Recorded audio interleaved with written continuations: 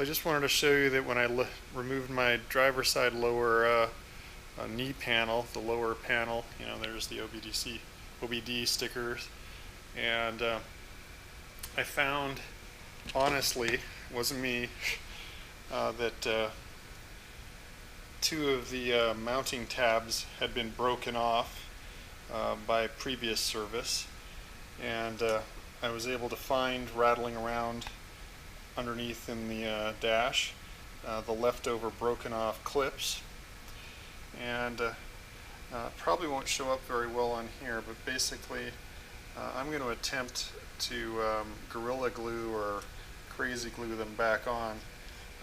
This panel actually sits in place pretty easily. Like, I snapped it back in afterwards and realized it's been sitting there the whole time without these clips, and I've never noticed or heard a rattle.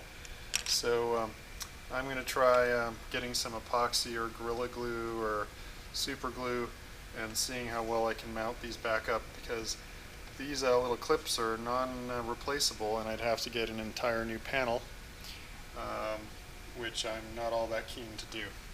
I want to try and repair the broken off mount on the back of my lower dash panel. So I've gone out and got a bottle of Gorilla Super Glue. This is I think, what do they call it, isocyanurate, whatever. It's the gel version, so it'll maybe hold. So the brake appears to be clean, and I've actually sat and I've sort of fiddled with it to figure out exactly which of the two possible ways it would go, and it actually feels pretty solid in this position. So I'm just going to shake up the glue and then apply some along the I-beam sort of shape of the fracture. And they say not to apply too much on this type of glue.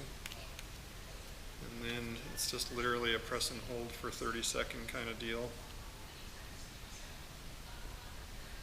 And putting a fair bit of pressure on it and giving it a wiggle while I'm doing it.